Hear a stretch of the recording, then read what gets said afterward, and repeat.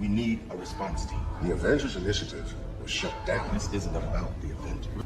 These people may be isolated, unbalanced even, but I believe with the right push, they can be exactly what you need. War is won by sentiment, Director. No, it's won by soldiers.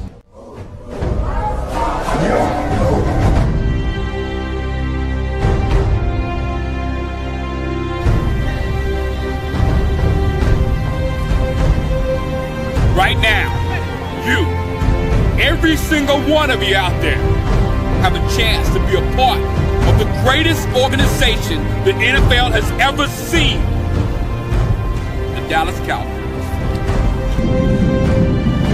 And you are fans of a championship football team. And what do? You blog. You blog so hard that you're running up and down the internet all night long. If it's 4 o'clock in the morning and you got to get another story out, you blog. You know why? Because you know more about your team than anybody else. There is 32 teams in the league. 32 teams. You expect them to know every team like you know yours? Wait, they don't. They don't. And how do you do this? You go to the Dallas Cowboys show, you get a blog, and you blog about the Cowboys. You blog all night long about the Cowboys. You tell people what they need to know about the Cowboys instead of letting people tell you. That's what you did all last year. No more. You know why? Because we have the internet. All you have to do is have heart. And you can do it. You know why? Because you're a fan of a championship football team. And a fan of the championship football team, they give everything. They give everything they got to help their team make it to the Super Bowl. And if you're not willing as a fan to give it all you got, then you go to the New England Patriots. Blog, blog, blog, blog. There's nothing better than that. Nothing more fulfilling. Nothing more special.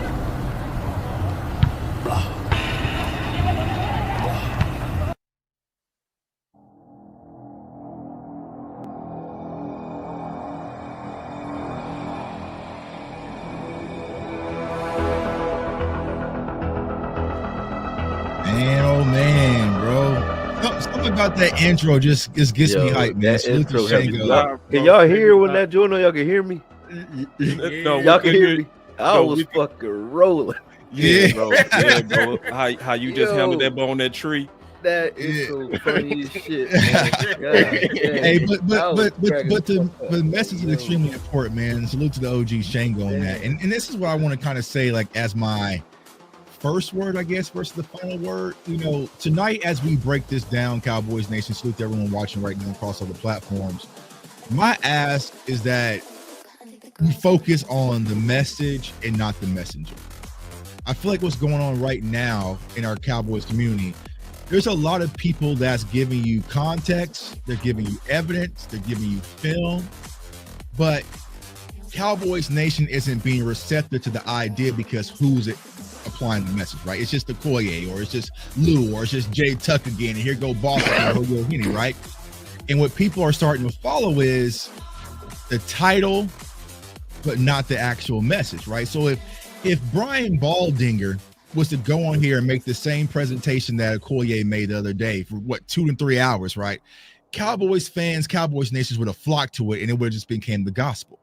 But since it's Okoye, it's just Okoye, or what the new term is, these content creators, people turn a blind eye to the idea. So, you know, what I'm trying to tell you guys, man, there's a lot of work that goes into our community. Y'all know that, right? Y'all know, whether y'all follow me, Okoye, Henny, Luke, anybody, right, in our community, y'all know that we work and we show the research. So there's going to be people that's probably going to watch this show and try to dispute some of the things that we're saying.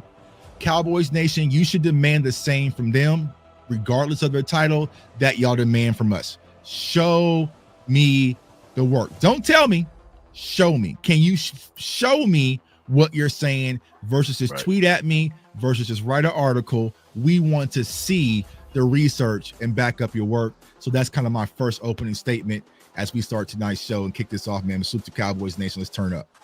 Yes, indeed. And hey, man, on that note, I'm gonna be very transparent with everybody out there. I have called Mazi Smith everything under the sun except for a child of God. I have talked bad about Mazi Smith. You know, I said he ain't shit. I said he's a bust. But a couple months ago, I'm gonna keep it all the way 1,000 with y'all. A couple months ago, me and Boss did a film breakdown on Mazi Smith because we were just going through. Yep. You know, we looked trying to find DTs. Yeah, because we looked at Raekwon Davis. You know, I did a separate show. I looked at Isaiah Buggs. So, you know, we went out looking for some guys. So we started at home. You know, we had to see what we got to see what we got in the cover. We trying to make a stew. Got to see what ingredients at the crib, right? Mm-hmm. So we look, and listen. I'm not saying that Mazi Smith is an All Pro. I'm not saying that he's even great. But what I am saying is, before I watched this film, I thought the Negro was a 2. You know what I'm saying? On a scale of 1 to 10, I thought he was a 2. Mm-hmm. I walked away feeling like he's an average starting defensive tackle. Like he's getting blamed for things that doesn't happen. I walked away feeling like he was a 5. I'm not saying that he's going to be a future Hall of Famer. You know, I'm not saying that, you know, he's Jordan Davis. I'm not saying that he's going to live up to the comparison to Jalen Carter that some of my fans try to make. But what I am saying to you is he's not as bad, you know, as I originally thought. And y'all know me. If I don't think much of you, I'm going to talk shit about you to the day I die. Yep. And I don't feel like talking that bad about Mazi Smith as I once did. Right. And that's just all real. Yeah. I'm partial to Mazi because Mazi's in them trenches, you feel me? And I feel like I voiced my whole content around the trenches because I'm going to be honest with y'all. The casual fan, the casual Cowboy fan, just don't understand the trenches at all, and it's okay. Your eyes are just trained to see the ball. That's right. My eyes are trained to see differently. So, funny enough, it is just like O-line. If you don't hear O-line name, that means he's doing good. If you hear his name, that means he's doing bad. Same thing with Mazi. Mazi's work can't be categorized in a box for the casual eye to see. There is no stat sheet for Mazi's impact. When I was trying to attack Cowboy Nation and help them understand this position group, because we're constantly throwing away this position group. We keep going through names, and we trying to find a quick fix when this position is far from a quick fix. Okay, and I was trying to train everyone to see that what Mazi do is the equivalent of a center in the NBA. He ain't just blocking shots. Sometimes he just deterring and making people think twice for coming into the rim. And that's what a good nose tackle is. You're not going to feel that. So I think Mazi's impact goes invisible to the naked eye, and there's a lot of people who want to just get rid of that and act like we can fix that with anything. It pisses me off when we just say, let's go get a D tackle, and we categorize 3 techs with 1 tech and act like it's the same damn thing. Do you know football? I have to question that because I'm going to tell you that right now. After seeing the film, I don't want to hear ish about no Perion Winfrey in that 1 tech. I don't want to hear ish about no Solomon Thomas in that 1 tech. Because I'm going to tell you right, they ain't playing with y'all like I said. These old linemen will put your ass in the dirt. Real talk. It's on you, Corey. Couple of interesting points, man. Like, first off, appreciate y'all having me. But secondly, man, I'm glad you brought up the comparisons between Mazi and Jalen Carter. Because that's part of the reason why I feel kind of I don't know, responsible for some of the shit that happens when it comes to Mazi Smith. Because I said myself when I broke down the film that Mazi Smith was the better overall defensive tackle. Overall defensive tackle for the Dallas Cowboys. And the reason I said it was because at the time we had Osa and we said, all right, he's a 3 tech. Obviously, we're not going to go out and get Jalen Carter. Obviously, we weren't high enough in the draft to get him. And Jalen Carter's what I said he was in the film, which was an Aaron Donald type of player, meaning a pass rusher. We didn't need a pass rusher. We needed somebody who can, like to your point, Lou, play center and create a presence in the middle of the field and help the linebackers do what they need to do, et cetera, et cetera, et cetera. That comparison, me saying that, made people think that Mazi Smith was going to come in here and be a pass rushing savant or some explosive player up the field or whatever they think he's supposed to be. The film that I did never spoke to him being that, and the film that I see today doesn't point to him needing to be that. That's my point then, that's my point now. But I can see how some of the videos made people look like, hey, Mazi he needs to be on the same trajectory as a Jalen Carter, who is a 3-tech, versus Mazi, who's a traditional 1-tech who can do some 3-tech things. That's it. And if I could say something real quickly to that, a lot of people don't remember Okoye had that conversation. I remember having it with them, and also I think we had it too in the draft show. This was before Mazi and Jalen Carter was even drafted. They weren't even drafted. The Eagles or the Dallas Cowboys, right? So it was more about fit, right? Comparison. It was about fit. It was like not player. And I think, of course, right? We know how social media can get sometimes. It was about the best fit for the Dallas Cowboys. We need a big, nasty, physical 1-tech, right? We didn't need it, even though I would love to have Jalen Carter, you know what I'm saying? Yeah. But you know what I'm saying? But so I think a lot of people get that mixed in the wires, like it's a Cowboys Eagles thing, where we were talking about this way before even draft show. Because I remember me and Boss Box on the same story. You know what I'm saying? Because I was just like, I don't give a damn about the 1-tech. I'll take a 3-tech again, you know what I'm saying, and figure out where Jalen Carter to play. So I think that's what got lost in all this kind of shuffle, because Mazi was never supposed to be Jalen Carter. Right. And the year before that, I did Jordan Davis. I wanted him the year before that. So I had wanted a 1-tech for years at this point. I think Antoine Woods was like, I thought he was going to be something. He wasn't it. Then we had Hankins here for a second. I like Hankins as a 1-tech, but we needed more of that. So I looked at it as you said, a deterrent from the middle of the field. That's what we needed in the middle of the field, and that's what he is. Now, do you love him? You don't have to. I'm not saying you. I don't think you have to say he's a 5, 7, 10, whatever you want to say he is. Just don't take anything away from it. That's all. Look at what it is for what it is.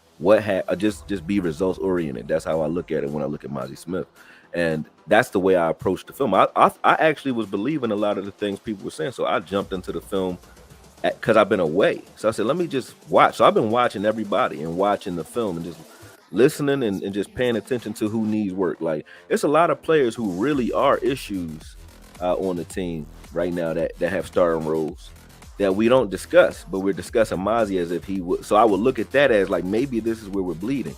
So that's where I looked first, and we're not bleeding there. You know what I'm saying? So that's when it was like, okay, I call BS on all the stuff I've been listening to, because I was believing it myself. So I hadn't even taken up for him because I'm like, ain't nothing to take up for, because I didn't think he did anything. And then a couple of weeks ago, I did a quick film, and then I did another one, and then I actually started seeing like what people were saying after the first preseason game, and I said, oh no, now y'all straight lying on the man's name, which is crazy. So let me go ahead. I ain't even gonna do no introduction, bro. I'm gonna just get to the point. Let's hit it off the top turnbuckle, going right back at you, Okoye. Mazi rumors, true or false? You mean as far as him being a bust? False. Yeah, just false. Definitely. Okay, elaborate, then we'll go around. So the way I looked at it was like this, right? He got drafted into Dan Quinn's regime. Dan Quinn didn't seem to really want a 1-tech. He wanted Mazi to be more of an upfield, penetrating guy, and he looked at him because you're strong and you're kind of lean. You're not fat. You're kind of lean. So let's shrink you down. I'm assuming that's why he shrunk him down to 290. I don't know, but Mazi's first year, he didn't look very good. So I get that sentiment of how that started, right? But when you look at what Zimmer did with him, Zimmer wanted him to be a 2-gapper, meaning he wanted him to clog the middle of the field, and he wanted him to open up gaps for those linebackers and keep them clean. You can see, and I did a 3-hour video showing it, like any game, multiple games for 3 hours, right? You can see Mazi's first move on multiple plays was reaching out forward. Like, he was reaching forward. He wasn't making any moves with his hands. He's just grabbing the inner collar of both linemen. Both of them would disengage to try to climb, or either one would disengage depending on where the linebacker was coloring, and they would try to climb to the second level. Mazi's still holding them while they're disengaged. They're not blocking him. They're trying to run towards the linebacker. Now, we will lord over guys like Demo and say, hey, Demo's balling. Demo ain't have to shed no damn blocks either. Why? Why is that, though? You know what I'm saying? Or we'll lord over Clark, who just had a good game, right? This weekend, Damone Clark. So we're like, okay, Damone Clark didn't have to shed a block on Saturday at all. He didn't have to shed a block because he was clean the entire game. Sanborn's clean most of the game. You know what I'm saying? So when I'm looking at that, I can't watch that and then say that Mazi Smith doesn't have an effect or impact on the game. And when you're doing that, to me, it's just, support it with film, and then I will believe you. I will change my tie. I'm not here to defend him if he's doing some bullshit on the film. I'm not. But show me that, and then we talk about that. Stop telling me how you feel. The second year, his second season was a solid season. The beginning of it, he was trying to learn the scheme, and you can see once he caught on, Mazi was playing fast into the ball, and I would watch it even while during last season when I wasn't making content. At the end of the year, I would watch a game and I would watch him make a play, and I'm like, because I'm looking for him. I'll watch him make a play. I wouldn't see nobody tweet nothing. I wouldn't see nobody say nothing. He'll make a play. I'm like, damn, ain't nobody. Y'all just missed. They just act like they don't see it. What you saying? Like, yeah, that's crazy. They ain't nobody saying nothing about that. But when he miss a play, it'll be on repeat. So or a 2-yard push, literally just a 2-yard push. That's tilted. So when I saw that, I already knew that it was up for him. But I didn't know if he was just flashing because I wasn't watching the film enough. I didn't know if he was flashing or if this was like what he was doing. But once I started breaking down each game, it pissed me off. I was like, damn, that's crazy. Against teams that I thought he would look bad against, like the Eagles. Those are some of his better games. The Eagles, the Giants, Washington. Those are the top three, or top two of those are the top 3 rushing attacks in the league. And those were his best games. That's you know right. What I'm saying? That's so right. Like, what? That's crazy. Let me jump in, Rick. I'll be quick. Is Mazi rumors true or false? They false. And I'm gonna tell you, we falling for what happens with Cowboy Nation. Like, everybody's under a super critical lens when you are a player for the Dallas Cowboys. This is the only team where you can get 11 interceptions, but then the focus would be on a false report of you having 1,000 yards caught on you. That was always a lie on Diggs. That was always a lie. This is the team where you could have started off on a Hall of Fame level like Zeke was, and PFL still grades you as the 10th best back. So when you are literally like with the Cowboys, we got the ugliest, shiniest roach spotlight on our players, and Mazi is also falling victim of that. This is what I mean by that. Okoye brought out the fact, and I'm gonna show this again, that actually Mazi is having better production than Jordan Davis. If you look at where he's trending career-wise, he's trending higher than Jordan Davis. Do you see Philly shooting holes in Jordan Davis right now? No, but I also say to your point, Jordan Davis don't get on the field like that. Like the Philadelphia Eagles done kept a rotation of 5 defensive tackles out there, so you don't even be thinking about Jordan Davis. At one point they had Linval Joseph over there when he still had some juice. You know what I'm saying? They did a very good job of acquiring some veteran defensive tackles in there to even help with Jordan Davis' production, in his development. And I'll say this and then I'm gonna pass. I know you ready, Okoye, to jump in that real quick. This is the thing, Cowboy Nation. All of us knew going in that it take 3 years for any DT to develop. Why is Bus even a conversation within the first 2 years? Henny, me and you did the film breakdown. Henny, I know for a fact if somebody was a chump, if anybody would publicly put big holes in them, it would be you. Well, me and you came out of that film and we literally watched 16 games. We put 16 games on film in the public, bro. And I came out, I said, not only is Mazi not bad, he literally only struggled on doubles as a rookie. That was it. And his hustle was literally better than everybody almost on the whole squad. So I looked at year 1 and year 2, and I said, no, they lying on him, bro. That's what's happening, especially year 2. Because, see, I know Okoye is in the film war right now, but I'm siding with Okoye on that film because you know why? He showed the Philly film. Go look at the Philly film where they was trying to break the record with Saquon, and look just at Mazi. If you look just at Mazi and you say Mazi played bad, I'm going to look you right in your eye and say you're a liar. you are a liar. You can't go watch what he did on the best offensive line. Now, we trying to focus on preseason and call him a bust off preseason, which Okoye did a good job of showing that that's crazy because he didn't even have enough snaps. And the ball didn't even go his way enough for you to have this super critical attitude of his preseason performance.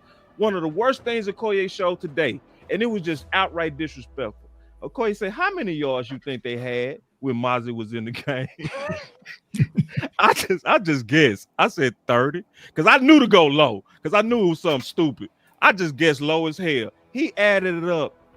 We making literally a crisis, and Okoye proved today by the film and the metrics 30 yards while in the game. But who are we talking about the most?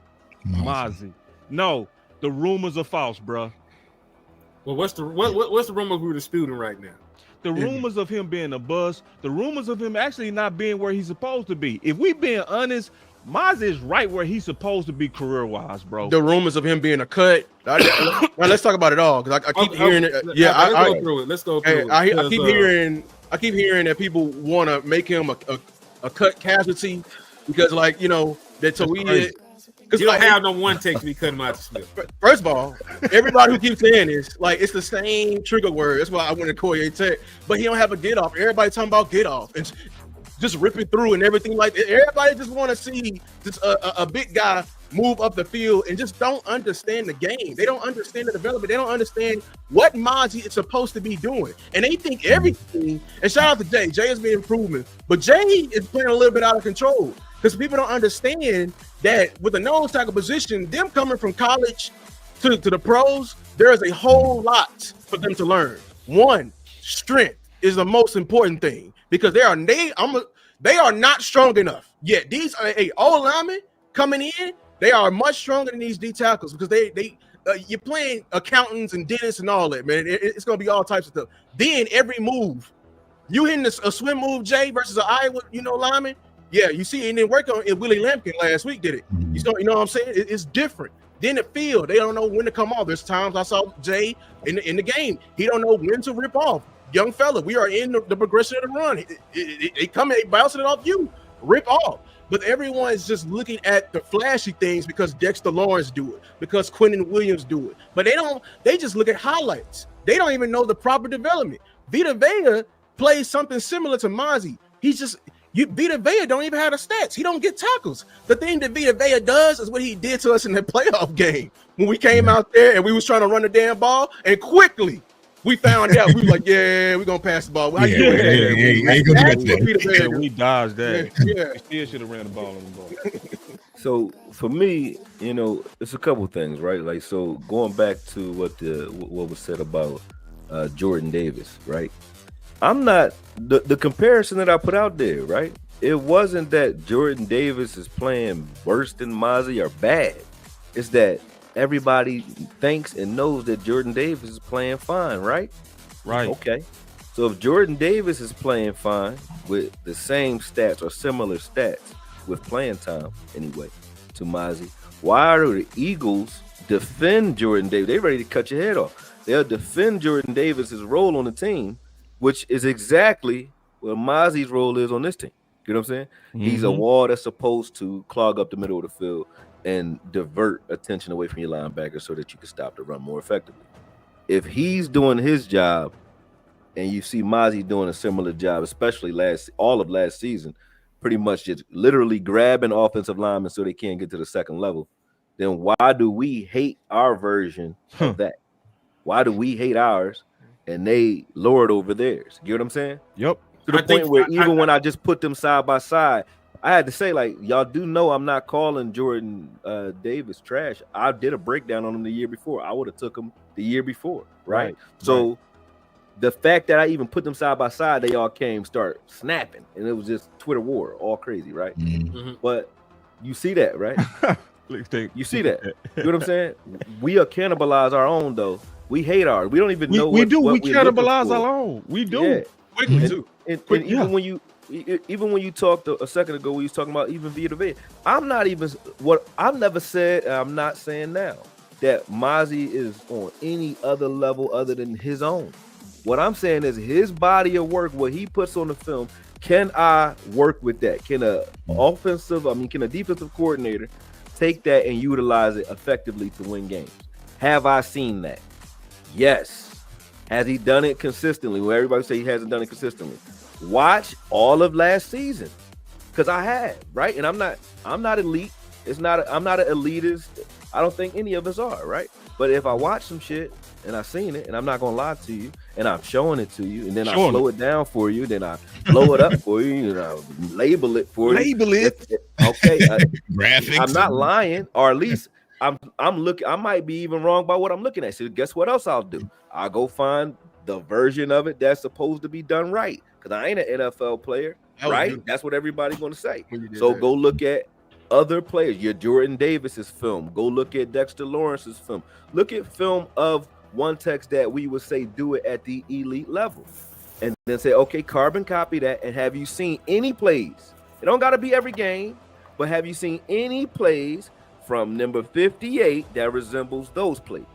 You could be in kindergarten and point that out. You know what I'm saying? So that's all I'm doing.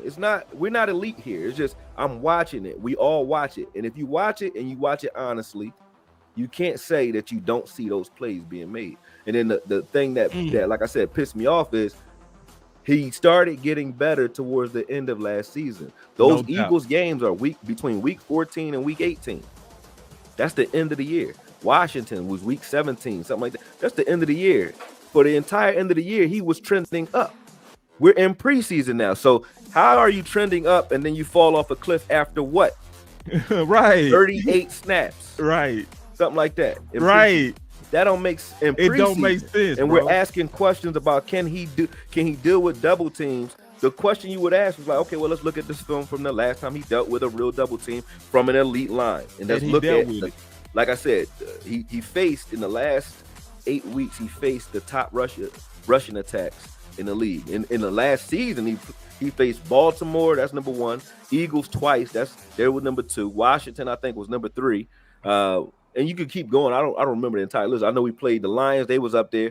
But you can watch his body of work against all those teams, and then look at what's happening in the A gap and in the middle of the field. Where are the yards on the ground coming from? Are they coming from quarterbacks off the edges? And you're not talking about the fact that DeMarcus Lawrence can't set an edge or contain. Are you not talking about that? The fact that the quarterbacks can run right up the side of the field. Are we not talking about the fact that Hurts ran right through our $80 million man's gap during the first Eagles game in week 14? Osa was on the ground losing contain multiple times. Hurts was taking off on him. Mm-hmm. That wasn't Mazi. But if it was Mazi on the ground, I would understand. I was like, oh, this is what you mad at. I get it. That's not what was happening. So, and then the runs on the edge, jet sweeps and so on, that was all on the edge. That's my dogs. They think I'm hyped about something. Man.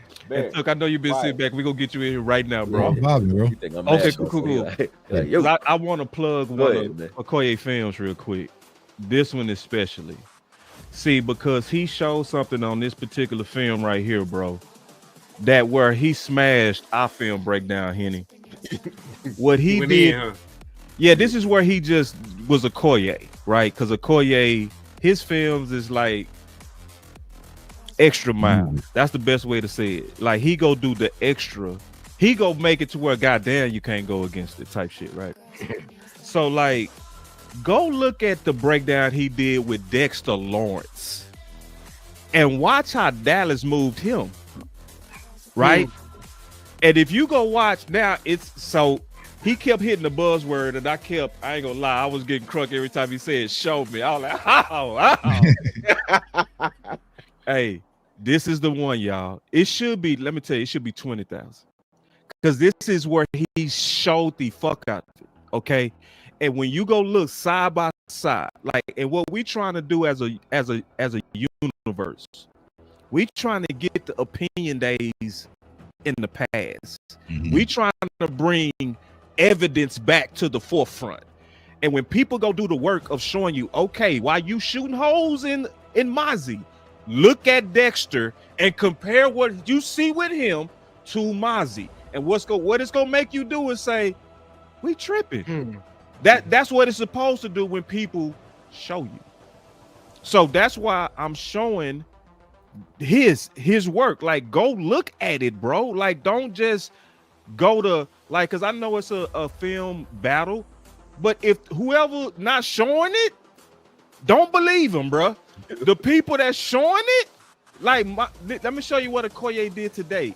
What he did today is he showed every play of Mazi, not a clip to where he could define it. He showed every play. He also showed every play of Jay.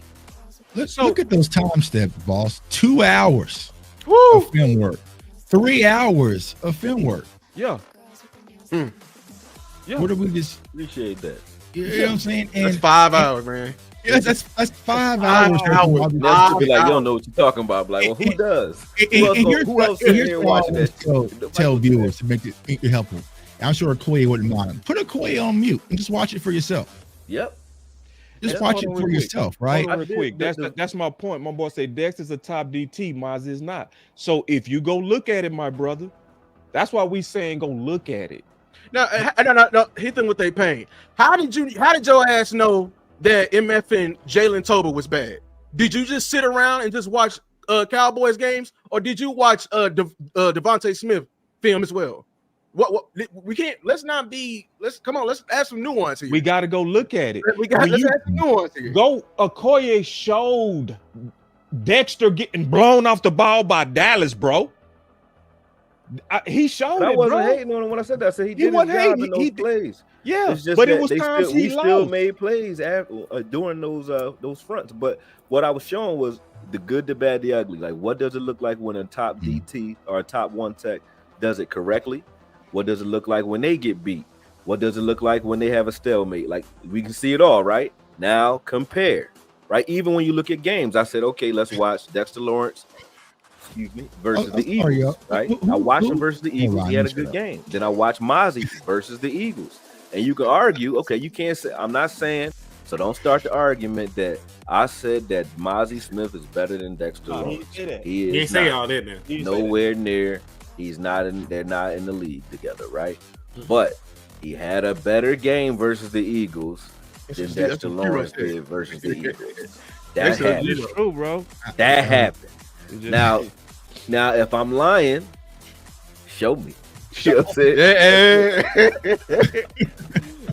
Because trust for yourself, like, it's for real. Like, if anything should have taught y'all this preseason, remember everybody was hyping Joe Milton, and we see it for ourselves. I just got a question. If Koye is having a film battle, and it ain't versus me, it ain't versus Lou, it ain't versus Boss, it ain't versus JC, it ain't, who are you? Never mind. All right. Who like?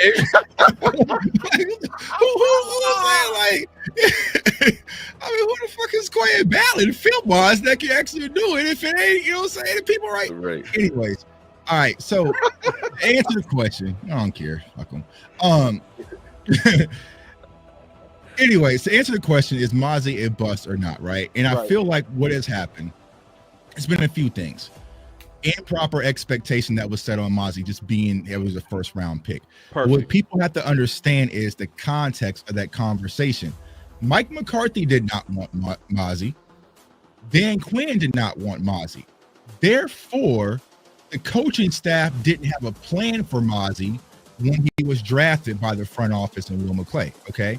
So they bring him in anyways. And so what happens is Dan Quinn tries to mold Mazi into what fits his scheme, but that is not what makes Mazi Smith the first round pick that they ended up drafting for. Mazi is a physical specimen that can play with strength. He can anchor in and just move people. That's it, right? Upfield, rip moves, swim moves, spin moves, toss all that away, right? Mazi is just a physical force. And so it didn't work out his rookie season under Dan Quinn. Then you move on to Coach Zimmer. Coach Zimmer added the weight back on, like Okoye said, two gap. And now for someone who played linebacker, you have to think of it from this lens. Mazi as a nose tackle is my offensive lineman. Just keep those big ass loos off of me, bro, so I can flow down and make plays. That's all Mazi's job is, and there's no stat sheet that's going to show it. You are not going to be at Buffalo Wild Wings thinking, oh my God, do you see Mazi take on them double? It's not. It's not going to be part of the game. So you're going to sit back and feel like Mazi ain't do nothing, but then you're going to look up and see Overshown had 15, 16 tackles, or say Maris is balling, or Eric Kendricks, he's a dog, right? But you're not taking on the consideration who was keeping these linebackers clean so they could flow in traffic. It was Mazi. Now, does Mazi have some things to work on as far as consistency? Yeah, absolutely. But I think the problem is Cowboys fans either want you to be goated Micah Parsons or you trash, right? There can never be any in between. Just and good. what happened, you know what I'm saying? You can't just be good or cool. You know what I'm saying? Like, it's a good. And the problem is the Dallas Cowboys, once again, is putting Mazi in an unfair advantage where, just like with Zeke last year, why did people really hate Zeke? Because we didn't draft any other running backs, or we didn't bring in Derrick Henry. So since the Dallas Cowboys have not done their job by getting in quality defensive tackle help, everybody is now pointing out Mazi like he's the problem. He can't do it. He's not good enough. Versus if you were to go get two more veteran guys and put Mazi in the rotation, he would be perfectly fine. And I really don't even understand why he's the focal point of our conversation. Right. He's not even the, you know what I'm saying? I don't get it, bro. You know what I'm saying? So that's the problem, is that, one, the draft pick value of him as being a first round pick. Two, you know what I'm saying, they never really had a plan for him. So he needs to find a defensive coordinator that has a plan for him, that's built to do what he does. We'll talk about in preseason. I just watched the film a second ago. He playing a whole bunch of 3-tech, bro. That's not you. You know what I'm saying? You know what I'm saying? You mirror stepping, going lateral, bro. That's not you. So, you know what I'm saying? So I'm just like, all right, bro. But so it's like, so it's those things that really comes into play when it comes to Mazi Smith. And I think we're just shooting the kid because now it's who can we sink our teeth into, right? That's right. He Diggs ain't playing. Mike is sitting out. Well, Mazi. And what happens is, just like last year when everyone thought Micah Parsons was the biggest POS on the planet, people just start to build these zombies, and nobody ever just says, you know what? Let me just see for myself. You guys can go to NFLplus.com. It's $20 a month, and you can watch all the film you want. All day long. You know what I'm saying? $20. You know what I'm saying? $20. And inform your own opinion. Like I said, it's not just because of Koye's saying or I'm saying it.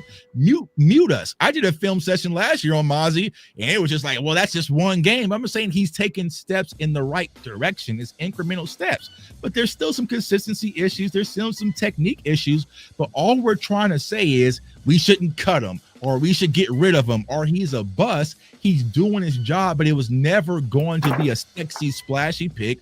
That's why people kind of got bored with it. You know what I'm saying? It's just like, even with the offensive lineman, y'all don't know how to properly grade an offensive lineman unless you see a pancake block. You know what I'm saying? You're not seeing, oh, you know, Tyler Booker didn't get reached and he got his helmet across on this play that allowed us to get to this outside. Like, you're not watching all that, or how he flowed on the pin and pull. Like, that's too in depth, right? Unless you're really watching the film. It's the same thing with Mazi. Just a simple thing of taking on two people to block him and let Overshown flow or Shamar James or whoever it is and make a play. That means Mazi has done his job. So I just think that people need to kind of relax a little bit and set proper expectations. If Mazi was a 4th round pick, 5th round pick, we're talking about something completely different right now. Totally. But since he's a 1st round pick for the Dallas Cowboys, I don't even know what the expectations to be for a 1st round nose tackle. He's never going to be, I don't give a damn if you get him down to 280. He's never going to be a 3-tech. You're not going to sit back and say, oh, Mazi had 3 sacks this game or live in the backfield. That's not going to be his game. It's to be big, tough, physical, and strong, and set the anchor in the middle for your off or defensive lineman to flow. And here's the crazy part. It's the same thing for Jay. The same exact expectation. You're not going to see Jay Toye light up no stat sheet, make no super splash plays. It might be one every now and then, right? But he's just supposed to be big, physical, dominant, and protect the linebackers. And I think a lot of people are just getting this Mazi thing mixed up. I'm not saying he's the greatest thing and he was a slam dunk pick or Hall of Fame or any of that, right? but he's definitely deserves a spot to be on his team in rotation. You can't have him out there playing 50 snaps a game. He had low gas mileage coming out of Michigan in the first place, out of college, right? You need extra layers with them, and the Cowboys are doing the service, because when we think about our run defense and stopping the run, now everyone's just thinking it's Mazi's shot. Mazi got to be the solution for it, or if not, or else. You know what I'm saying? So I just think that's the problem when it comes to Mazi Smith. But doing a film battle with Koye is probably not smart. You know what I'm saying? I will battle him anyway. He would. You know what I'm saying? I will. No, man, Koye got everybody here will. Everybody here would though. Like, listen, graphics we meet each other in the arena here, bro. And circling, you know. And I will face him. That's the thing. Like, oh yeah. If we, I might take an L, but I'm gonna meet him in the arena. I might get my ass whooped, but I'm a box. The same thing that's happening with Mazi Smith right now is the exact same thing we went through with Terrence Steele, right? There was this narrative, and I fell for it too. I fell for the narrative of Terrence Steele was not better than Lyle Collins. I came on to bang with Boss, and Boss just played the film and sat there. And as I was watching the film play, unedited, I said, "Oh, okay." Well, you know what I'm saying? I said, "Well, you know what I'm saying?" But I still like lie. You know what I'm saying? So let the film do the talking. That's why they said the eye in the sky does not lie. You can't hide from the film, bro. Yeah. It shows every little nasty detail about your game. Just like when you were going through the film on Lyle, and you were like, Lyle's laboring on that knee. When you slowed it down, I said, damn, he is favorite. I was like, so that's the benefit of doing the work that we do. And showing up to the arena. Like, and I took L's from you. I took L's from Okoye. Like, Okoye gave me a couple of black eyes. Just but that point though, that point that you're making, so because somebody asks, why we responding to AOC in the first place, right? That's the point. We all, when we do film and when we say things, it has an impact on the entire community, sometimes even with players, right? Right. So if you're saying something that now I'm starting to see people starting to make reaction videos to, and it's a falsehood about a player that's not only put up good work in the last season, but headed into his third season, which is a make or break season. Even to me, I think he need to show us more this season too. I'm not against the people who think that. Right. It's just that while he's going into it, why am I cutting his legs out when his last body of work was good? Right. So I'm like, okay, and now I know I can already assume, just like anybody else, when you get a new offensive coordinator, what's the first thing they say about your quarterback? It's going to take them a little bit to adjust. They got to get used to each other, right? Because he's asking for something different than the last offensive coordinator was. We'll understand that. Oh, it's going to take this defense a little bit. Even last year when Zimmer was here, we said it's going to take them a little bit to adjust because Zimmer's asking for something different than what Quinn was asking, right? All right, and then it took them to mid-year before everybody started gelling and flowing, right? So we're in preseason and Mazi's adjusting to his new role with a new defensive coordinator. Why are we talking like the year has passed or like we're mid-year and he's, we getting ran through our the even after the first game of the season, even like we played the Eagles and Saquon took it 200 yards right through Mazi gap. That's what they act like happened and what we're talking. Then I would understand. I'd be like, well, damn, are you right? Yeah, I was getting blown off the ball. That's not what's happening. Yeah. So to talk this without the time for adjustment or to even get an understanding as to whether or not he can do the things that I watch people in the attack front do for Eberflus, right? Okay, watch the plays and watch the way he likes his defensive tackles playing, and then say, has Mazi made any plays that look like that? The answer is yeah, all last year. So I have no doubt that Mazi can do the things that he's asking. But to your point, Tuck, this problem here is depth because Jay Toye right now to me he's not ready. But the people who saying he is, they're doing the same thing that I did to Mazi inadvertently by applying pressure to him where he has to be this, world beater from the start. They're trying to compare Jay Toye to Mazi, who is a first-round draft pick, right? And they're trying to say that he's already had better games in preseason. That's not true. So now everybody's watching Jay Toye thinking he needs to be a world beater when he needs to be what he is, Jay Toye. Whatever that is, let's just find out what we have in the commodity without adding pressure to him either. Because to keep making that comparison to him, to Mazi, it doesn't even make sense. Put too much pressure to me. But they're saying it like I'm making the comparison. I'm not. I'm saying it's not a comparison, so stop doing that. Right. Because we're the yard. We got scored on 3 times on the ground so far that I can count in the preseason so far. Mm-hmm. They all, while he on the field, are at his gap. Right. I'll say this, man. The big runs that we had in the preseason. I got something. You next. So why are we pointing him out like that? That's my point. And then when we do point him out, why are we ignoring when those things are happening to him? You know what I'm saying? Because they're anchored in on their bias. A lot that of people don't make sense. Pause everybody real quick. I want to do something real quick. We got some housekeeping. Number one, we got like over 1,000 people watching right now. Like literally it's over 1,000. So everybody share. Let's try to get it to 2,000. Right, like everybody go share it on your Twitter, go share it on your Facebook groups, like spread this. This is a powerful panel. The major reason for these 5 is because these 5 has put in my opinion, the most off-season work on One Tech. Because DC Universe is all of us, but this is a special, like I ain't saying special like better than people. I just know the work that they put in. So it's like I knew that they was gonna come like for this particular topic. So let's do that. Number 2. Okoye, what is your cash app, bro?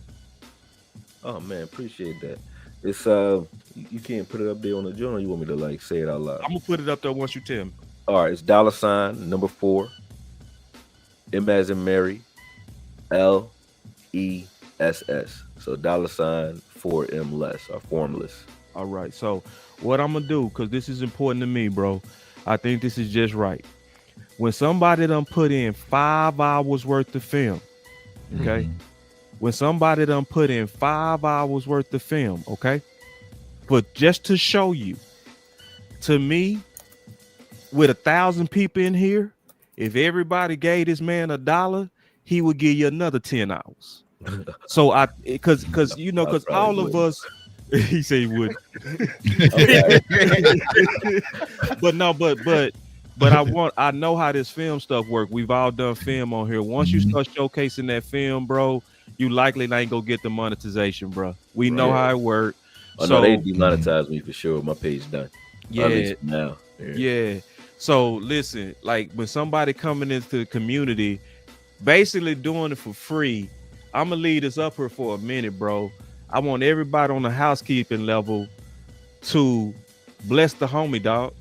We got 1,000 people. Like that moment in church where they be like, we got somebody need to come up here. You know what I'm saying? I need like close the doors. Prayer. Close the door. Close the door.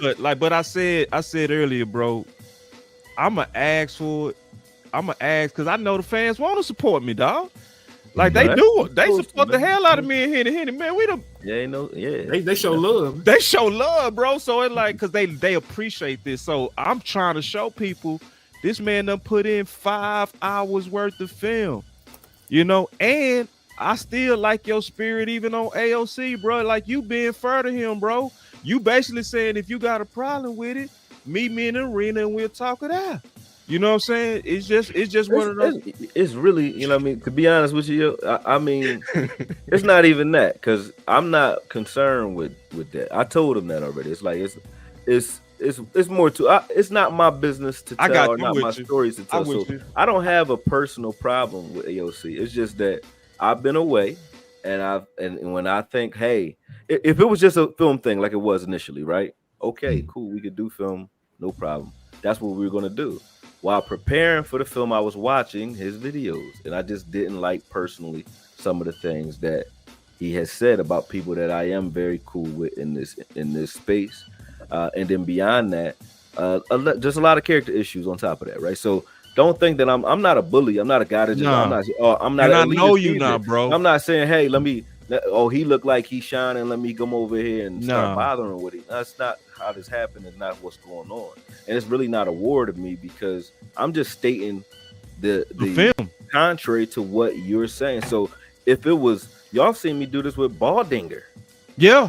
I don't care. I'm going to if you saying something that is like blatantly false. I'm coming at you. That's a call. It ain't disrespectful. I'm gonna just say that you lying or you wrong. Okay, and if you right, I mean, you think you right, and I'm gonna keep showing why I think you wrong, and that's it. You know what I mean? So the biggest video was people doing the same thing about Dez Bryant. You know what I'm saying? And there was every lies time and narratives about Dez. Jalen, then was Jalen Smith, and you know what I mean, so on and so forth. So that's what I'm always gonna do. So you know, it is what it is, man.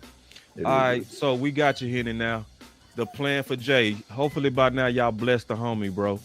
Y'all blessed it. Y'all should have by now. We gonna do it again. We gonna take another pit stop. Move on with the show, man. I mean, whatever they do, they do. Hey, you know I'm gonna do the televangelist though, Corey. You ain't gonna stop me on that. and then I'm gonna put mine up next. I don't want to hear nothing about nothing. Like, yeah, pay me.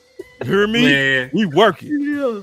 So about we talk about a plan for Jay. You talk about a plan for Jay from UCLA? Yeah, you know I'm gonna turn that at you. Listen, man. Hold on. Ain't no plan for Jay from UCLA. That boy is a 7th-round pick. The only thing I want a 7th-round pick to do is make the damn team. Make the team, and then you can talk to me about it.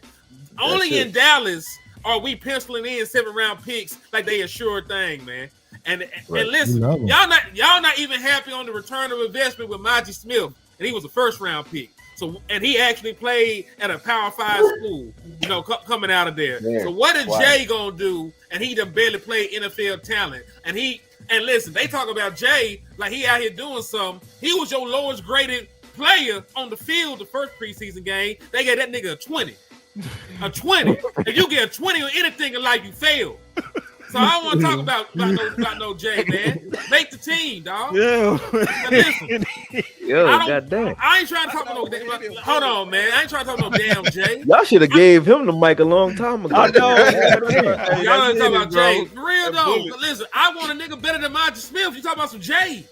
That don't even sound like Mazi Smith is cool. I told y'all he was a 5. I ain't over here kissing the man. Listen, I ain't over here kissing his big black ass. I ain't trying to love on him. I want folks. I do like that folks ain't happy with Mazi Smith. Cause I want them to be pushing in something better. Go out there and get you a better one take out there.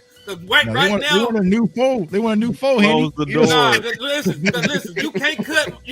Honestly, the way that your roster is set up, Jay got to make the team because you ain't got no fucking body. You ain't trying to play like Lou was saying, and Lou almost had an aneurysm. I had to almost fly out there and check on my brother. But they playing 3 techs at 1 tech. You got Oaks, listen, I know that Oaks is swole. That Negro play. He play at 2. He play at 275. He play at 275. They want a 275-pound man to consistently win a physical wrestling match against 320 and 330-pound individuals. That shit ain't gonna work. It just ain't gonna happen, dog. So all I'm saying, man, is the Dallas Cowboys lose the same damn way they always lose. They always talk about Dak Prescott, right? Did you know the Dallas Cowboys, there were 31 teams that have made the playoffs since 2016. The Dallas Cowboys have the 27th ranked defense out of 31 teams that made the postseason from 2016 till now. You are giving up on average 150 plus yards on the ground, and you're averaging over 30 points surrender. A lot of that shit is explosives because you can't stop the run, and they eating your ass up in the backfield off the play action. So guess what? I know it ain't all on the one tech. It takes, it takes edge by your edge defenders. It take this, it take that. But when you moving Negroes against their will out of the A gap and the B gap, and you can consistently get 8-9 yards and play ahead of the sticks, you're not gonna win many games like that, man. So it's cool. Like I said, I look at Mazi like a 5. You know what I'm saying? I look at Mazi like a motherfucking me 5. I need at least somebody else in here that's an 8, because we can jump these niggas. You ain't gotta be strong. What Jameis Winston said. What Jameis Winston said. He said, I'm strong. Well, Mazi need a big homie, man. He ain't ready to be the OG. He ain't put that kind of work in. Get Mazi his own big homie, man, and we're gonna go out there and do something. But Asking Mazi to be J Toe a big homie. Come on now. They Mazi gave ain't him a real. big homie last year. Wasn't Linval Joseph supposed to be his big That homie was last a big year? homie. That Yeah. was a big homie. He got ran through. No, Hey, you gotta get somebody to put some work in. They got And that's their problem. That's their problem. That's the role been kind of homie. That's their problem. That's their problem. They always want to go cheap in his position group. That's why we got some names Now, coming Hankins, too. We gonna if they talk. would have just kept Hankins, we wouldn't be talking We right got some now. names coming. Oh, Hey, man, really speak get on that man a 20 grade though, bro. Get him a 20. Yeah, Hankins 20. would have been it, man. 20. Hey, real quick, I do got a plan for Jay. Help Jay. Help, yeah. Just Help help on Got a Jay. plan for Jay, red shirt Jay, and go Thank sign you. somebody that can Yeah, play. and that's what I mean by help Jay. You feel Whatever me? Like happened if you, to Fahoko? He left too, didn't he? All these dudes gone. Man. yeah, he gone. Yeah, He yeah. gone. He gone. But that's what I'm saying. We'll draft the dude, be excited about him, and he ain't never played. We are the problem, Okoye. We are the problem. They ain't gonna play.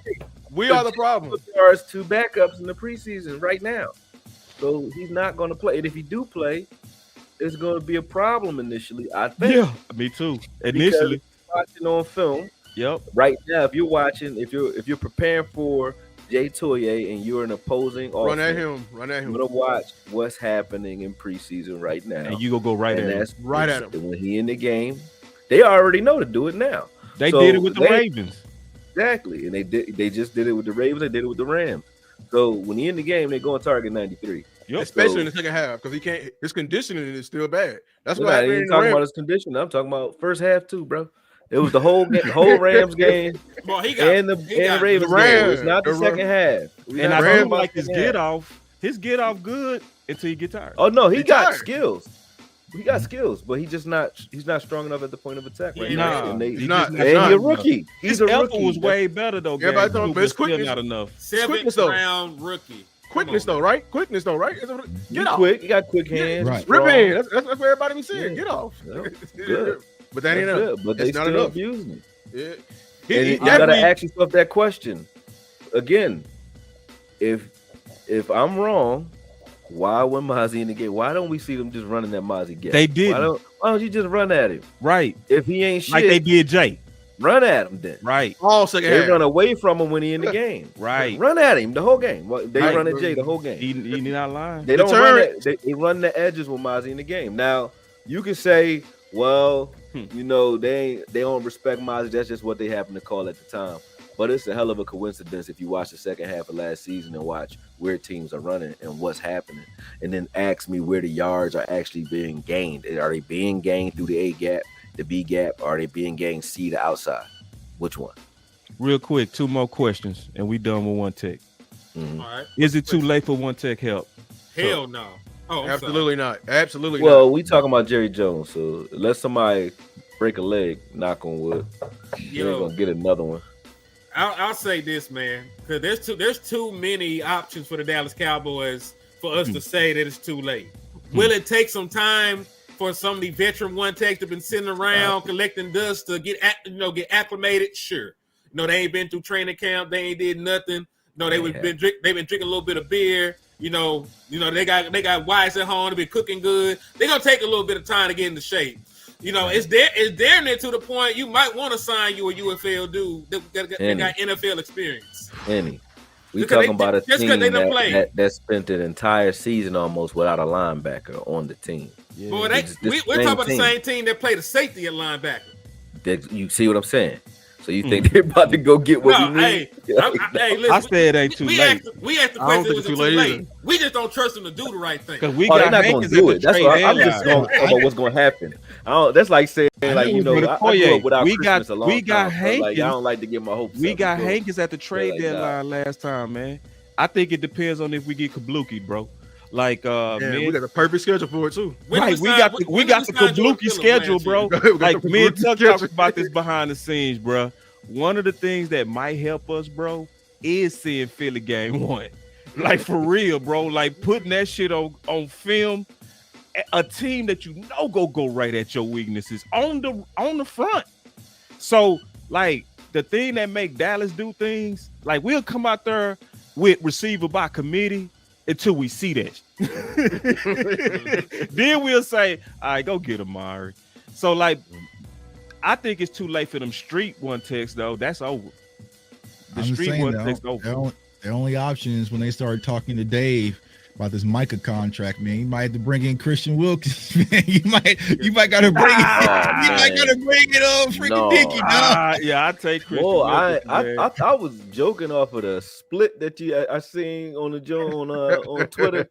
I didn't know he really had a history. I started he somebody did a whole history, clip dog. of what he was doing. He got a history for you, but he be out there. He be out there moving though. You know what I'm saying? Yeah, I take him zested now. Zested fully clean. I take him right now, bro. I take zested now, bro. All that shit. Boss ain't lying. Listen, if we gotta give him a therapist, he gotta go talk to the lady. That's fine. Therapy for that. Yeah, man. Well, you know, Dave Mujeta's his agent. Dave Mujeta's his agent, so you know what I'm saying. You might as well, you know, say get your little 2-for-1. But hey, man, we can't be picky right now. We didn't wait at last minute. You know what I'm saying? I mean, like football wise, when you think about the skill set that Christian Wilkins has, you can get real exotic with your fronts and put him out there because he's good against the run and the pass. Oh yeah. If you really want to start the run, you can have him, you know, and Mazi on the field at the same time. It's a passing down. You can put him and Osa out there, and then you can flex Michael Parsons to linebacker, have an extra rush out there. You know what I'm saying? Like, you can get real exotic with what you do, man. So, like, it's there. You damn near need to do it. Booty man. Booty man. Philly, bro. You know what I'm saying? I take you, bro. Man, hell nah. Buddy, crazy. Let's do it. Look at that. Wait. Hold on. Golly, you gotta keep him away from Jalen Hurts, though. You know, Jalen used to get his ass played with. God damn. I take it, bro. Give me all that zest. I'm with it. I'm with it. Team Werewolf, man. I'm Team Werewolf all the time. My nigga, Team Werewolf. Lock his ass up. Like that in churches, dog. What you say? Get some silver bullets. I'll take a werewolf on this team. This is the worst one right there, bro. That's the one right there, bro. That's the one, bro. Hey, just make sure you don't bite the quarterback. We good. Hey, what's I'll take a werewolf, bro. Hey, Danny, hey, don't get caught. Henny, don't get caught. That's all. Hey, Team Werewolf. I'm Team Werewolf. we Team Werewolf. I mean, I got a couple of names that I can go over. Like, I think this is the most important part we finna get into is your names. Let's get it. I found some names. Yeah, so I'm done doing the Joneses way. I don't care, Jerry. I don't care, Steven. Y'all can shut the hell up. Open that purse up. F them damn picks. Respectfully. F all them damn picks. So the names I found that I thought that would be great. They're just what you want, Steven. They're on expiring deals. They got small cap hits. And I think they'll come in and they'll fit what Eberflus wants to do. Because I don't believe this is Eberflus's true scheme, especially up front. He didn't do this at Indianapolis, nor Chicago. But people always want to look over that. Yeah, he had Andrew Billings. He had no one take, bro. No, that boy is out there making spaghetti with Alfredo sauce, and they asked for spaghetti. That's what he's doing. He's doing what he can. That's right. So the first name is the guy on the left, the Texans, Tim Settle Jr. Love him. 8-year vet. He got burst. He's a combo. He fits what we're trying to do right now. That fire through the gap, you know, letting everybody come up, the alley defenders and everything like that. Have great burst. Got enough strength, you know, to play to anchor as well. He's on an expiring $4 million contract. And I love that he's an 8-year vet. So this is what we need. You know, I'm trying to bring in mentors for the Cowboys nation. Okay, it's gonna cost you a pick. Cough it up. I don't care. Next one, my favorite guy. Is the one on the bottom middle, but he's not on this team. He's not on the Patriots though. He's on the Saints. They just signed him. I don't care. I want him because the Saints, like I said and I predicted, they are in a given move because they're in a rebuilding. They're trying to stack on picks. That his name is Devon Godchaux. He's 6'3", 330 pounds, 9 years. If we bring him in, I think Eberflus will go back to what he's trying to do with having that 2-gap and 1 tech and that knife and 3 tech because we'll have him and Mazi. He is very stout versus the run. Like I was looking up somebody else versus the Patriots. I was like, who is 92? That's who I want because he's very strong. And the Saints got him right now. He's a starting 1 tech. I don't care. Go get him. Then the last one is from the Broncos, a team that's always known at the top of the league. You know, when it comes to having low yards per carry, giving up, very stingy on the ground, very gritty. I want somebody from there. He's a former Longhorns. Hook him. You feel me? Malcolm Roach. Expiring 4.25. He's undersized. He's 6'2", 290. He's smaller than the 3 tech, but he's anchoring.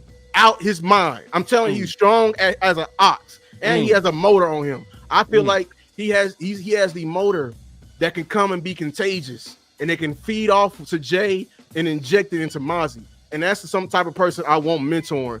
Don't cost you. I think it's more realistic for you to get him from Denver because Denver has a load of defensive tackles. But yeah, cough up them picks though. Either way, good inspire and a 6-year vet. I'm gonna be quick with mine because I know you got some too, Henny. This came from Landon, so it's a lot of people out here really pushing one text with different ideas. So this came from Dequan Jones. I like the idea also of Dequan Jones. So at this point, we now talking 6 potential people that the Dallas Cowboys should keep their eye on. Another righteous idea that I love also came from Scott, where he talked about we just played him. Yeah, Basil, right? And what I loved about this idea is he's in a deep room. Those are always your best guys when they're in them deep rooms, because then you can be a cut casualty, right? But still yet be of value to us. You see what I'm saying? Kind of like Hankins, you know. So, and I know you had some too. So now we talking about 7. So if YouTubers can go get some realistic quality options that can help improve your front and the Eberflus, I ain't trying to hear enough from Jerry trying to do this, you know, and Steve and this our guy stuff. And I know Henny finna come up with some more. So it's like, bro, you can get to work, Dallas, to build and help your run D and help Jay. Because that's what we really dealing with. We dealing with a front office that like to lean on their draft picks who ain't figured out yet that it take them boys 3 years to cook. You can't rescue this position with a draft guy. All the people at the top of the league, they all who defend the run, they all are vets. There's no rookies ever in history that be at the top of the league, and they're all the big D tackles that they were ushered in with a vet. Everyone say, "Oh, the Lewis, the names you signed, they drafted them guys where they had a vet to usher them in." Right. Look at the Eagles. Look at our contemporaries when they brought in Jalen Carter and I'm blanking on the other dude's name. They brought in the Dominican Sue, and they also brought in Linval Joseph. Those were important to take the load off of your rookies. My bad, Henny. My bad. Nah, you good, man. You just passionate. You know, I and rock with Fletcher that. Cox. Fletcher Cox. Down show Fletcher Cox. But hey, the 2 I got it from the same team because I'm not sure which one of them is going to stay on the team. The Detroit Lions got a surplus of defensive tackles. The one name that everybody knows about is DJ Reader. Yeah. He was one of the anchors on that Cincinnati team that made it to the Super Bowl. One of the best run defenders in the National Football League, and he might actually end up being a cut down casualty because they just spent a first round pick on a one tech. So Broderick Martin is the other one that's in competition. He's a 6'5", 330-pound, I believe, nose tackle. He's still very fairly young, has been up and down, but you know he has more game experience than all the other one techs on our damn team. Because only one tech we got with any starts is Mazi Smith. I want people to remember that. One guy that we can actually have a reunion of sorts with, as you look over there with the Seattle Seahawks. His daddy was a rapper from Memphis. Guess where I'm going with this? What's the name I'm finna throw out there? Former Dallas Cowboy. Lou, you know this. From Memphis? His daddy, he went to Kentucky. I'm blanking. I'm drawing blanks. You talking about Bohanna? There you go. My dog. Quentin Bohanna. Quentin Bohanna, last defensive tackle on the depth chart with Seattle. So if he does not make the cut, the boy is still a huge man, you know, that you could bring in with depth. You already are familiar with him. 83, year 3, year 4. This is like year 3 or year 4. Oh, he cooked. He all the way out the oven. Detroit, that's a good one because they got my guy, Tyleek Williams. They got Tyleek Williams. That boy good. They got Tyleek Williams, man. They finna be cooking over there in a little bit. Watch. So, I don't think they. I really don't think they make a move though. I think they're going to ride. Probably don't.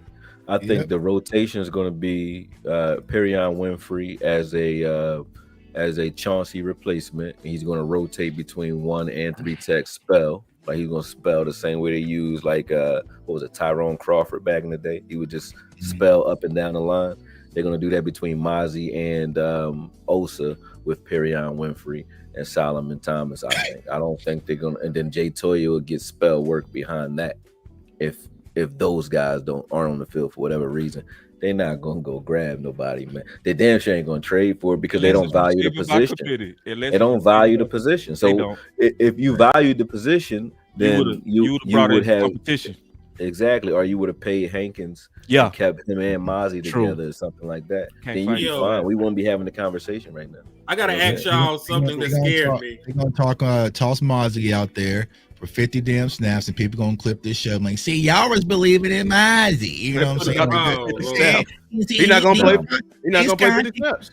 Yeah, they don't toss him out there. But another name I was thinking about, you could possibly reunite. It's got one. You could possibly go to Chicago and try to get Andrew Billings out of there because I think he's on last year's deal. So Eberflus can go get his guy, you know. But I went to Koya. They damn sure ain't gonna trade for nobody. You know what I'm saying? They'll bring somebody off the unless street. Unless it crash. Right. They're doing here's the other thing for everybody that's talking crazy. It's like, listen, what plays in Dallas? Y'all know what plays in Dallas. What plays in Dallas? Somebody give me an answer. Y'all know who plays? Our guys. Money. The money and the draft pick plays. We want an LVE going. He played. Right. Why? Because they needed to justify that draft pick. They said he's gonna play because over Bobby Wagner, which is without a neck. Played without a neck. Yeah, without a neck. Without a neck is crazy. But hey, over Bobby Wagner. That's crazy. But hey, let me float this out there to and y'all. Bobby's still playing. I heard this. I don't know how true it is. Somebody is saying they're being coy. Somebody is saying they got Solomon Thomas penciled in as a starting one tech, and that's why his ass ain't played. If that's the case, we are F in the A. I'm gonna let you know right now. If Solomon Thomas is going to be a small one tech or upfield penetrating one tech, like Jay Ratliff back in the day, that 290. I don't even think Solomon Thomas is 290 though, is he? Solomon Thomas little. Yeah, he seems smaller than that. He seemed like he looked like a defensive end, really, but he's playing. Billy gonna show it. Yeah, but if they, I mean, I like Solomon Thomas. I like they got him. Hell no, they got to list at 295. They ain't no way. I don't think he's that big, but even if he is, it could be done if you're attacking the A gap a certain way. Because like I said, Phillips did it with Jay Ratliff, so it can happen. Do I think it'll hold up? I don't, but. If they did that, it wouldn't be the craziest thing. A zone team gonna kill our ass. A zone running team like Philly gonna kill our ass because Jay be doing it now. See, people be love. This is what get annoyed by me with that get off bullshit. Half the time when Gate fire off and all like that, he gets shooted all the way out his damn gap, and the A gap be 3 miles long. It should have a sign from the damn tackle to the damn center that says a damn mile, because that's how big it be after you be get off, because his ass be in the other C gap. I really do not like this scheme. This is a conversation for another day. You talking about Eberflus?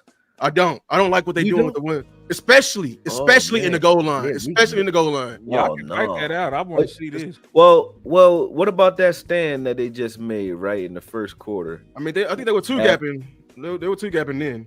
Yeah, I just hate when he has them firing in one gap. When they have one, that's the one thing we can't figure out. What is the scheme?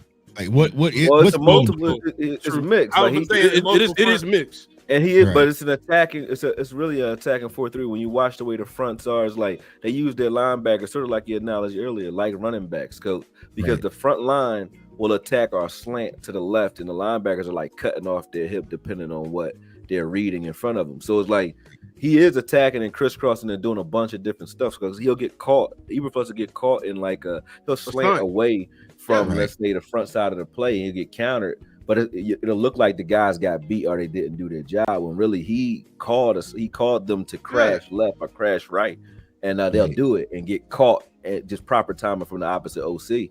You know what I mean? They'll get caught and just in the zone. They'll be bouncing. But when they're guessing correctly, those are like those plays. Those are those tackles for loss when they guess correctly. High risk, high reward style of defense. Yeah, but I like it though. You'll also get hit. He hitting you with so much stuff on the back end too. Like I really like the fact that he'll keep showing you the same shit, and he'll let you. He also he'll bait you. Sort of like he'll keep you thinking that he's doing one thing when he's not. Like he'll give you the middle of the field where the linebacker will be ISO'd on the wide receiver, right? And he'll make you attack that because obviously you're going to attack that. So you start thinking that the middle of the field is open, just like we started thinking. Even the commentators started thinking that the outside said, "Why are they playing so far off? Like he's just retarded or something. He don't know what to do, right?" And then right after that, the next series, they They'll be sat on. on all that, right? And They then got he a got big a big six. six off of it. Yeah, Because he's getting you comfortable. So I'm letting you just throw those out there because you get comfortable throwing out there. You're going to keep calling these plays to the outside. And then he counters it after he shows you what he wants you to do. So I like the fact that he does that because that's the only, well, it's not the only, but one of the few coordinators outside of Vic Fangio that I see that plays around like that, like just Shell or 3-card Monty with his secondary is Spagnolia, man. And I wanted something like that here. And I think that Eberflus is a little more vanilla than that, but it's the reverse. Like he'll show you something vanilla, but he's doing a bunch of craziness behind it. You know what I mean? Whereas Spags will show you craziness, but it's really something basic. I mean, I am missing the Micah effect. Like I'm missing the Micah effect. Yeah, I'm finna say, man, because I was like, damn, bro, you gonna just let Koye whip your ass like that, bro? and we just the defense, the performance that the defense just put up, though. No, hold, Lou. You know I gotta do that, you the bro. question real quick. Hold up. Yeah. You don't like the defense, the defensive performance that they just put up in the first half of the Ravens game? It was good. I just hate it. I don't like the one gap. My issue is when they one gapping in the goal line. I really hate that because every time, like Damone Clark or Shamar James, they mess got like 2 gap go. They'll go under a gap. Like a zone team is gonna kill us because people be getting a moment. I see 2 people in one gap, we killed. We killed every time. Did you see the play with Sam Williams? It was like I think it was like a 3rd and short or something like that. But Sam Williams ran all the way around the line of scrimmage. He just abandoned his gap. Man, exactly. And Leofold tripped him up. Exactly. Leofold tripped him, but I'm like, damn, if Leofold don't trip him, that's a touchdown. That's crazy. That was crazy. I ain't gonna lie, Sanborn. You about to say it? On his run fits, he's a little slow. It's a little slow in his run fit. Yeah. Sanborn? Yeah.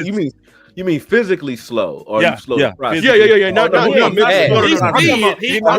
I thought you were talking about slow up. No, where he's supposed to be, but it's just that it's like you should be on the tackle right there. Yeah, it's like, and they take it all day to get. But he make plays though. I like Sanborn though. Yeah, he in the right place. I'll take a person in the right place over fast and dumb, and then right. And then shout out to Eberflus too. My credit to him. Yeah. Shout out to Eberflus because you can clearly see the better linebacker play, bro.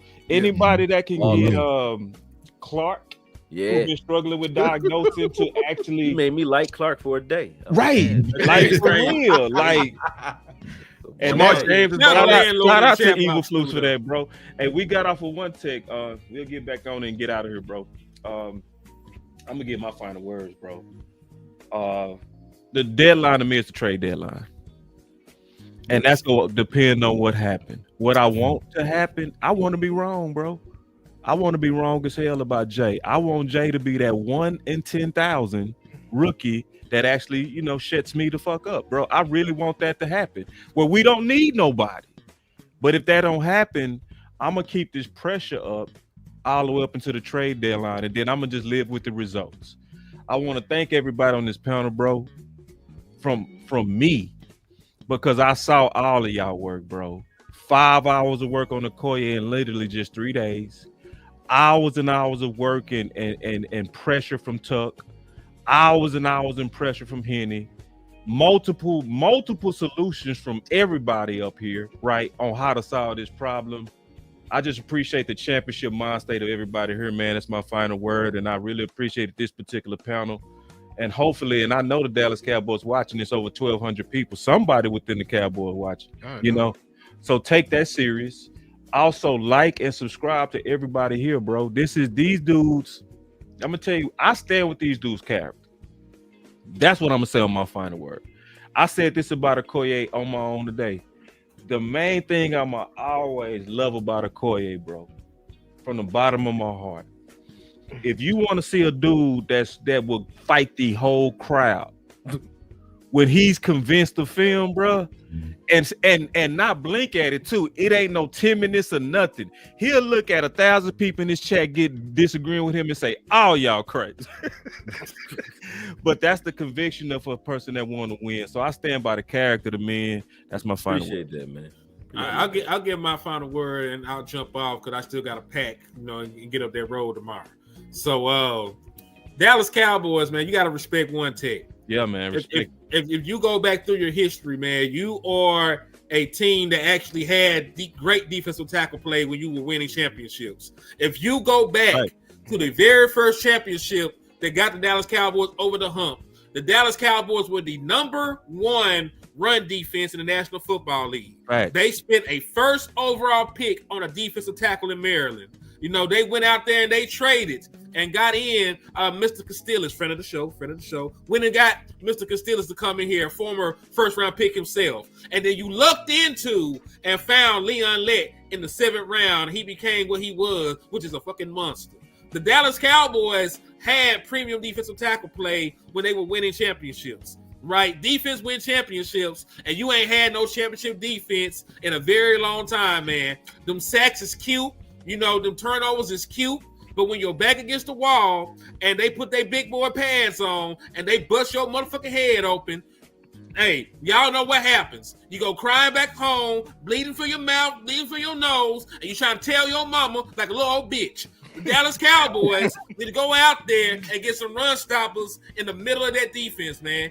Dallas Cowboys, listen, I know the sacks issue a bag, man. I know it do, Micah. I know it do, Sam. But y'all be fucking up in run defense, dog.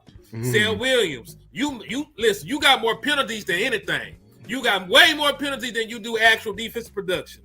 Yeah. And I know you in a contract year. So if you want to get a bag in Dallas, don't just focus on them sacks, man. Go ahead and set that edge and make them play. Because, hey, listen, but none of y'all gonna get no sacks, and all they gotta do is hand the ball off to the running back 30 times. And listen, we done lost playoff games when quarterbacks ain't throw for a damn touchdown. Jared Goff beat us, he ain't throw a damn touchdown. Your boy Jimmy Garoppolo beat us, he ain't throw a damn touchdown. The boy Brock Purdy beat us, he ain't throw a damn touchdown. You can allow 3 playoff games since 2016, and the other quarterbacks ain't do a goddamn thing. So guess what? You're losing the game on the ground. You're losing the game most of the time on the ground because you can't stop the run. So figure that shit out. Don't be cheap. Open your pocket. I know it ain't flashy. And listen, you suck at drafting the shit so far, man. I'll keep it real. you suck at drafting the shit.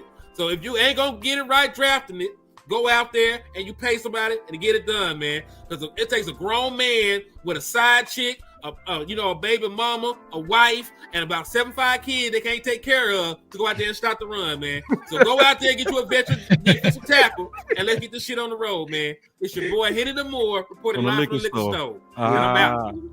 My God. Bullet. Hey, I'll give my final words. Listen, we need to respect One Tech, Cowboy Nation. I challenge you to educate yourself on a position. It is not flashy. It is not something that's going to pop off the screen. Understand what they're trying to do. Understand and appreciate the work that he does put in.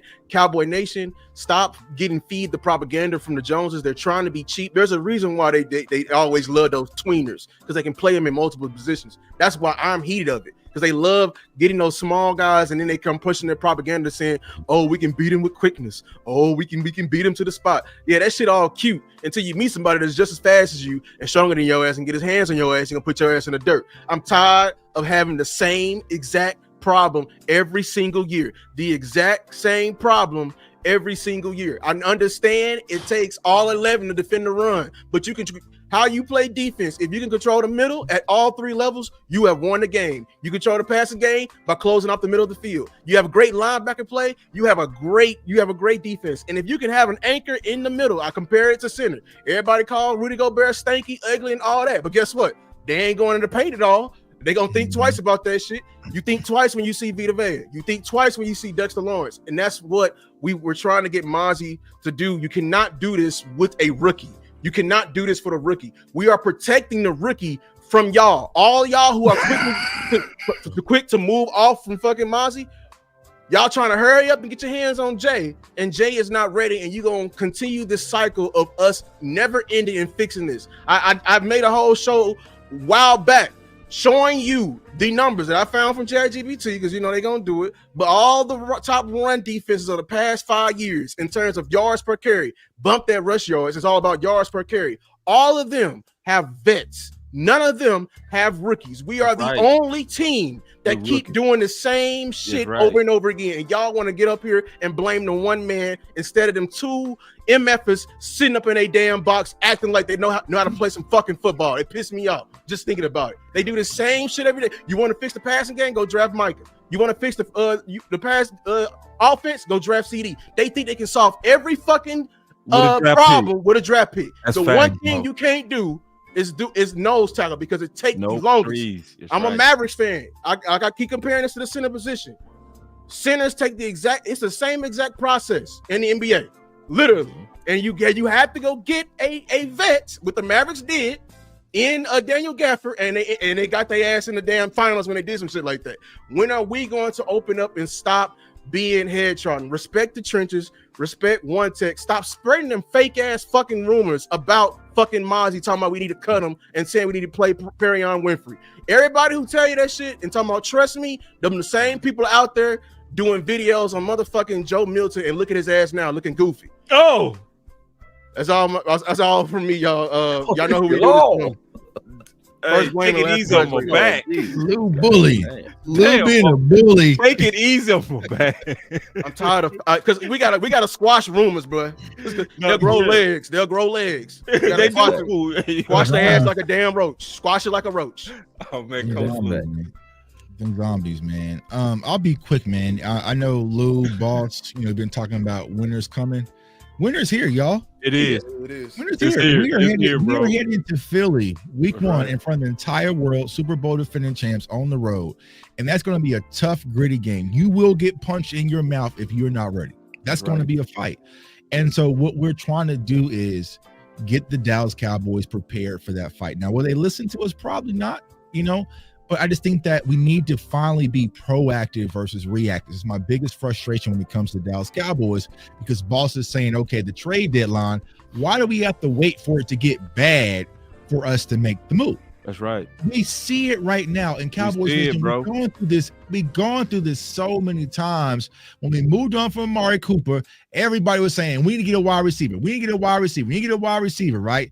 They brought out James Washington. We need to get a wide receiver. It fell apart. And when we're sitting back thinking, damn, if we would have had a wide receiver that year, how would things have been? Y'all had me at the Mavericks game chanting for damn OBJ damn near December because we was that desperate.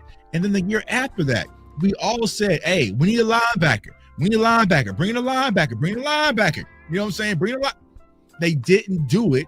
And then we sat back and got punched in the mouth versus Green Bay thinking, damn, why did we have these little linebackers and safeties playing linebacker? It got exposed. Why do we have to continuously go into that? Why not just go out there right now and get defensive tackles? You are leaning on a emerging defensive tackle who still has a lot of question marks, to be honest, when it comes to Mazi, in a 7th round draft pick. That is just negligence, I think, when it comes to football. Honestly, Matt Eberflus, you've been here, bro. I need you to get some Zimmer in here. Get some Zimmer in here because last year Zimmer stepped to that podium and says, hey, Mazi's improving, he's playing well, but I need some noses. Exactly what he said, bro. And they went and got it too. Yeah, Mazi's, and then you got Linval Joseph, you got Jordan Phil, you know what I'm saying? You brought in some guy because Zim was like, I ain't doing, I'm saying, you're not standing me up for this. Shout out Mark Holmes. Matt Eberflus, what's up, Mark Holmes, the GOAT in the building. The GOAT.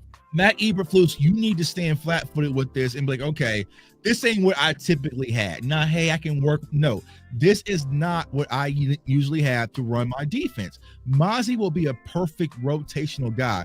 But if we're going through the season thinking that he's going to be the end-all, be-all to stopping the run, then yeah, y'all can clip this show and say we was wrong because we were already, you know what I'm saying? That is not going to be him. So once again, it's a negligence from the front office of not building a complete championship roster. Not a cool little roster, not something that can compete and kind of stay afloat.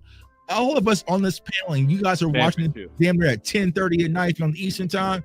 We want a championship roster. That's y'all. right. A championship roster. I'm sick of hearing Philly make all these moves and compete for championship in San Francisco and Kansas City. It is our turn. It's been 30 years. When are we going to be aggressive? And we're not even asking for much, right? I was just talking to the boss earlier about the Eagles making the Michi trade. They were being aggressive, getting a wide receiver 4 or 5. 4, dude. 4, bro. You know what I'm saying? They're 4, making dog. a wide receiver 4, and we had to beg and have an all-out bloody war receiver to get a 2. wide receiver 2. 2. And we had to bang for 4 months to get a For wide 4 receiver months, 2. bang and bang hard. But hard. Damn near lost friendships and all. Yeah. A wide receiver 2. Yeah, You see what I'm war. saying? So why do we have to raise hell to get some veteran defensive tackle help? It doesn't make sense, but Nope. I think they're going to run out Solomon Thomas, Perry on Winfrey, who I do like. They're going to toss them out there, and then everybody will sit back and blame Mazi for being the reason why Saquon went for 150 and 3 touchdowns. So, That's Cowboys, what's gonna happen like too. I said, facts over emotions. I don't want to hear what you feel like or what you think. Show me. Right, Show if me. all of us individuals on this panel can show y'all film, can show y'all analytics, show y'all research. Hell, Luda said he chat GBT some shit. Ask the same for other people as well, because just talking on the camera and the microphone, it don't move much for me. Salute to everybody out there. And yes, man, that was me on the nightcap with Man, talk about that real quick, bro. No, talk about that before you go. You got to talk about nightcap, bro. That just shout out to Shay and Ocho, man, for shouting me out on nightcap, man. But it kind of shows that's dope as shit, man. that we doing, man. We actually grinding, and people notice. People take work That's at what we do. Take notice, bro. When you do it the right way. The right way. There you go. Emphasis on that. Yeah, Tuck always been thorough, man. Like last year, I was throwing a fight. Tuck hooked me up with Street Star Nord, man. Nord, my man. He put me on a show with Gerald McCoy actually too. That was a dope job, man. So yeah, shout out to you for that. Tuck be looking out, man. Solid. But I mean, I listen to everybody. I listen to and I like this panel because everybody's like different in a different space when it comes to Mazi, right? Yeah. Just to be clear where I am and how I stand with him. Am I against bringing in more talent and at one tech on this team? Hell no. Like that's exactly what we should do. So this isn't me holding the door open and saying, hey, Mazi got it and we don't need no help. We good. If you acting like that's what's being said or you think that's what's being said, you're wrong there. But that also isn't a knock on him. As you guys said, any championship team is built with depth, and we don't have that with Jay Toye behind Mazi Smith. Now I hope I'm wrong, because if Jay Toye is good enough to start or good enough to take Mazi's spot, then that means we just got better and at the end of the day. So I don't have a problem with that either. If that's the way it shakes out, that's solely up to those men. They got to compete for it. If Jay Toye really is that product, I should see it on film, and we all should. But if we run him out there just because we want to run him out there and he gets ran through, you setting him up for failure, because now he ain't gonna get the opportunity to develop either, because he's not ready now, in my opinion. If you're getting ran through by backups and you're getting the amount of reps he's getting, that tells you Eberflus thinks that he may have to rely on this guy at some point. So I need to get him as many reps as possible before we get into the middle of the season and he's tired or he hits that freshman or sophomore wall, because they both hit a wall each year. That's so right. That may be why he's giving him 40 reps a game. And to his credit, Jay Toye may be gassed in the end of those games because of that. But I don't think he's ready just yet. But I hope that he is. But outside of that, man, we got a responsibility as content creators, just like you just mentioned, Tuck. You were talking about the fact that, we have reach, right? You were talking about the fact that you made it on Nightcap, right? Beautiful, right? We have reach. So when we say things, we start conversations, we start narratives. We just talked about how hard we had to bang for wide receiver 2. So the same way it comes, the same way it goes, right? I remember when Roy Williams was getting chased out of town because he had gone through coach regime changes, right? And they started just, hey, he can't cover immediately, right? After 5 Pro Bowls, and suddenly he was just trash. They got him out of here, got back with Zimmer, started balling again a little bit, then broke his arm and retired eventually. But I say all that to say, we've done this to several players who've left here and played pretty well. I don't think that Mazi is Taco just yet. That doesn't mean he can't be. That doesn't mean he can't fall off a cliff and disappoint. What I'm saying is, what he puts out now, can we win with it? I think we can. I think last year, had Parsons and D-Law been healthy the entire season and had Dak not gotten hurt, I thought the defense played well enough to give us a shot at the end of the season. I really do. Even some games we gave away, like the Cincinnati game. I thought we won that game, and then we gave it to them at the end of the game. So I think last season we could have been a lot better than what our record indicated due to injury, right? So with this season, with him going into his third year, man, just back up off of him and let him play. And then whatever comes out, if he plays ass, I'll be the first to say it. No, excuse my French if I'm not allowed to curse, but if he does, I'll be the first to say it. I don't got a problem with that. But when he doesn't, I'm not looking for a way for him to look trash, right? Everybody has a confirmation bias where if I show Micah get chipped and get thrown to the ground, that's one rep. They'll be like, all right, cool. If I show Micah give up 40 yards on a run, or Osa give up 40 yards on a run, or I show, any of those guys, we'll ignore that, right? But if any of that ever happens, whenever and it very rarely does, but anything happens in this gap, it could be for 5 yards. They look at it like it's, the worst gash in the history of defense. You know what I mean? And that's what my problem is. It's not to say that he's playing great. It's to say that why we overemphasize everything. And I'm a coach, so sometimes we're watching boxing, right? And people will judge based off of the sound. I'll see a guy block a shot. He got hit in the shoulder, but everybody like, ooh, that's the way we are. When Mazi gets pushed by Tyler Smith in practice, it's Tyler Smith, all pro Tyler Smith, knocked Mazi back 8 yards. Duh. That's a big surprise to anybody. Now, when Mazi beat Tyler Smith, though, on a rep, mum's the word. Yeah. Why didn't that surprise? The narrative there is two good players battling out, making each other better. Just like DeMarcus Ware used to go against Tyron Smith. I'm pretty sure Tyron Smith beat him a couple times. I'm pretty sure DeMarcus Ware made Tyron Smith look crazy a time or two too, right? But nobody was saying that Tyron Smith is trash because DeMarcus Ware is whooping his ass, and vice versa, because that's what they're doing. Iron sharper iron, you know what I mean? So I don't like the knee-jerky reactions from the Cowboy fan base when it comes to bad reps, because we're going to see them from every player. Because the only one who asks I'm on right now, pause, is Donovan Wilson. That's it. He's the only one I say right now he's an issue. But nobody's talking about that. They're acting like we're fine at safety if he starts. We're not. So to act like we're going in there with a problem with Mazi, but nobody's talking about what we're seeing from 6 is crazy to me. Because that's where your issues are. I can see what happens with corner when they come back. I think when they get healthy with the way Eberflus runs his scheme, we're going to love our corners. But safety, if Donald Wilson starts, is an issue, because it was an issue. We lost games literally last year because of his play, and they ignore it because he made plays in the past and we like him, but he ain't it. That's it for me. That's it for me, man. All right, fellas, man. Enjoyed it. Dope ass panel. Let's respect one take. If we don't do nothing else, let's respect one take. Because we don't, damn it.